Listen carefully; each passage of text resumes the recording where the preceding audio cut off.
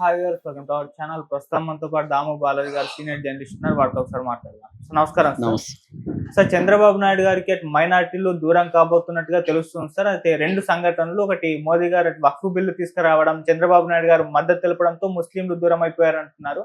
మరోవైపు ఇక్కడ ప్రవీణ్ ఇష్యూ ఒకటి జరుగుతుంది. దానివల్ల క్రిస్టియన్ సంఘాల్లో కూడా చంద్రబాబు నాయుడు గారి పట్ల వ్యతిరేకత వచ్చిందని అంటున్నారు. ఈ రకంగా రెండు గ్రూపులు, రెండు సమూహాలు, మైనార్టీలు మొత్తం కూడా దూరం అయిపోయారు అంటున్నారు. మరి దీన్ని ఏ విధంగా చూస్తారు సార్?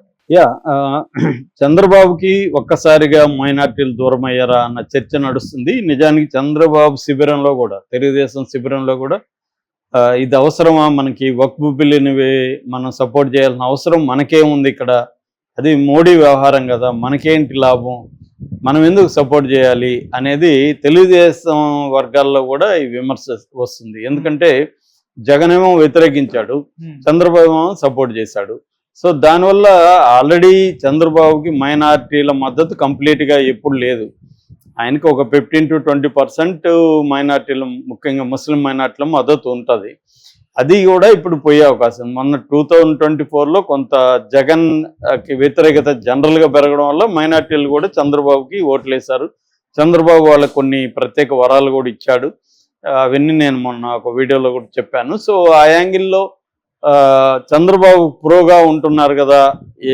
పైగా ఆయన మొన్న కూడా హామీ ఇచ్చాడు, ఆల్ ఇండియా ముస్లిం పర్సనల్ లా బోర్డుకి కూడా అతను నేను వక్ఫ్ ఆస్తులు రక్షిస్తాను అన్నాడు. మొన్నటి వరకు నమ్మారు చంద్రబాబు దీన్ని వ్యతిరేకిస్తాడు, బిల్లు పాస్ కాదని ముస్లిం సంఘాలు కూడా నమ్మాయి. సో సడన్గా ముందు రోజు చంద్రబాబు ప్లేట్ ఫిరాయించి నేను వక్ఫ్ బిల్లుకి మద్దతు ఇస్తున్నానని చెప్పాడు. దానికి ఏదో చిన్న 3 సవరణలు చెప్పాము, అది ఓకే అయింది అన్నాడు. ఆ 3 సవరణలు పెద్దగా పట్టించుకోవట్లేదు. అసలైన సవరణలు ఏవి మార్పు లేదు బిల్లు. ఈ 3 సవరణలు కూడా చేశారో లేదో మనకి ఇంకా క్లారిటీ లేదు. ఎందుకంటే నిన్న దాదాపు నైట్ 12 గంటల పాటు చర్చ జరిగింది దాని మీద. పాస్ అయితే అయిపోయింది. సో మెజార్టీ, ఎన్డీఏ మెజార్టీ ఉంది కాబట్టి ఎన్డీఏలో వాళ్ళు అందరూ కూడా దానికి అనుకూలంగా ఓట్లేశారు.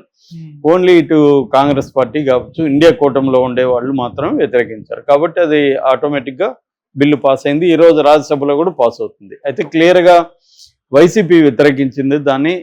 మిథున్ రెడ్డి క్లియర్గా మాట్లాడాడు, ఇది ముస్లింలకి హాని చేసే బిల్లు అని. సో వైసీపీ వ్యతిరేకించింది. ఈ జనసేన కానీ తెలుగుదేశం కానీ సపోర్ట్ చేశాయి. సో ఆ రకంగా బిల్లు పాస్ అయింది. సో ఇప్పుడేమో ఈ చర్చ ఏంటంటే నేషనల్ మీడియా అంతా కూడా చంద్రబాబుకి చాలా పెద్ద దెబ్బ ఇది, అట్లాగే నితీష్ కుమార్కి కూడా. ఎందుకంటే అక్కడ నేను మొన్న చెప్పాను ఒక వీడియోలో, దాదాపు 17% ఓట్లలో ముస్లింల ఓట్లు బీహార్లో ముస్లింలవే, 17% ముస్లింలే. కాబట్టి అక్కడ ఆ మాత్రం దెబ్బ నితీష్ కుమార్కి తగిలే అవకాశం ఉంది. అట్లాగే ఇక్కడ చంద్రబాబు కూడా 8 to 9% ఓట్ షేర్ అయితే ఉంది ఓవరాల్ ఓట్ షేర్లో, ఏదో ఆంధ్రప్రదేశ్లో. సో అది కూడా దెబ్బ తగిలే అవకాశం ఉంది.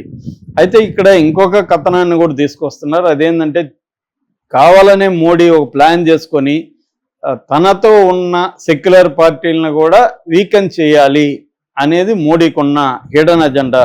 ఇక్కడ చంద్రబాబుని వీక్ చేయడమే మోడీ అజెండా, అక్కడ నితీష్ కుమార్ని కూడా వీక్ చేయాలి. కాబట్టి నెక్స్ట్ ఎలక్షన్లలో వీళ్ళ మీద డిపెండ్ అయ్యి తమ ప్రభుత్వం ఉండకుండా ఉండాలంటే వీళ్ళని కూడా వీక్ చేయాలి అనే ఒక ప్లాన్తో చేశాడు. అందుకనే నిజానికి జగన్కి ధైర్యం లేదు. మోడీని ధిక్కరించే ధైర్యం జగన్కి లేదు.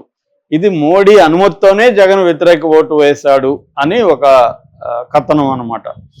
అంటే లేకపోతే మోడీని ధిక్కరించే పరిస్థితి. ఇప్పుడు ఈ బిల్లు గురించి కూడా ఎక్కడ జగన్ కానీ వీళ్ళు కానీ గట్టిగా మాట్లాడట్లేదు.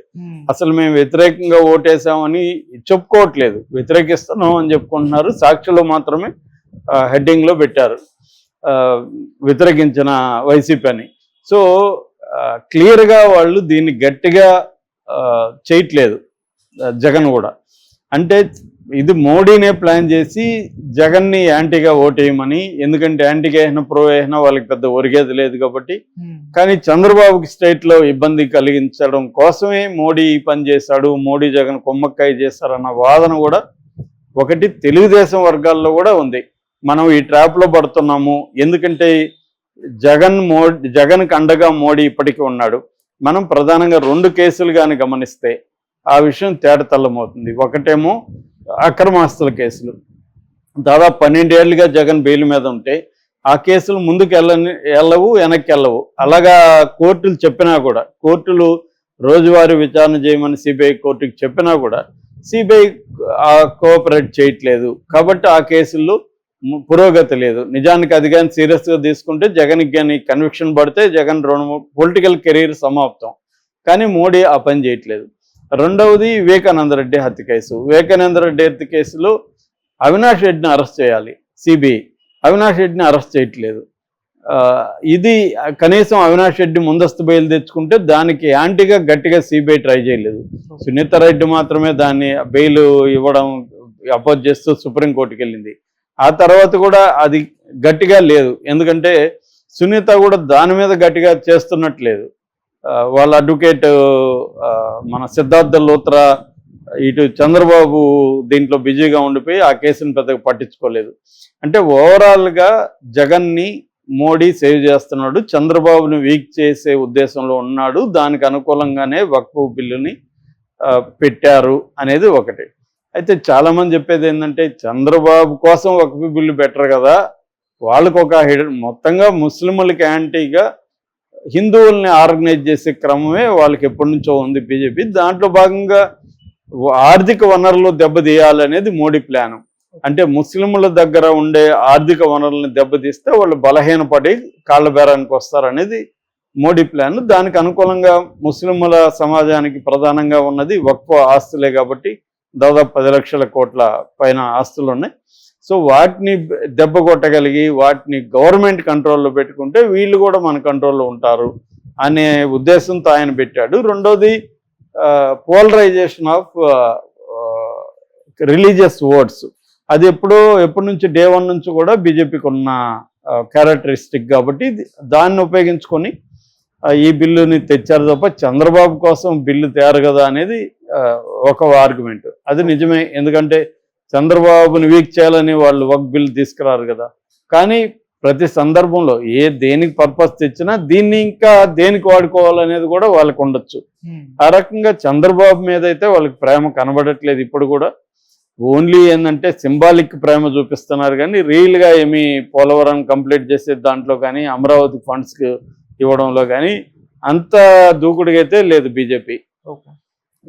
అట్లాగే రాష్ట్రానికి అనేక విభజన హామీలు నెరవేర్చడంలో కానీ ఇవేవి కూడా బీజేపీ ఏమీ చేయట్లేదు చంద్రబాబుకి. అంటే పొలిటికల్గానూ చంద్రబాబుకి మేలు చేయట్లేదు, అభివృద్ధి పరంగానూ చంద్రబాబుకి మేలు జరిగే విధంగా ఏమి ప్రవర్తించట్లేదు అనేది ప్రధానమైన విమర్శ. మరోపక్క జగన్కి అండగా ఇప్పటికి కూడా ఉంది అనేది ప్రధాన విమర్శ. అందువల్ల ముస్లింల ఉన్నది కూడా మైనార్టీలో ముస్లిం మైనార్టీలు చంద్రబాబుకి యాంటీ అయిపోయారు అనేది ఒకటి. రెండవ వాదన ప్రవీణ్ దాంట్లో చంద్రబాబు ప్రభుత్వం ఒక విచారణ పేరుతో లేట్ చేస్తూ మరోవైపు వాళ్లే వీడియోలు వాళ్ళ ఛానల్కి రిలీజ్ చేసి ప్రవీణ్ని ఒక తాగుబోతుగా డిసిప్లిన్ లేనోడుగా తనే తాగి పడి చనిపోయాడు అనేది ఒక నెరేటివ్. రెండో నెరేటివ్ అతన్ని హిందూ ద్వేషిగా ప్రచారం చేస్తూ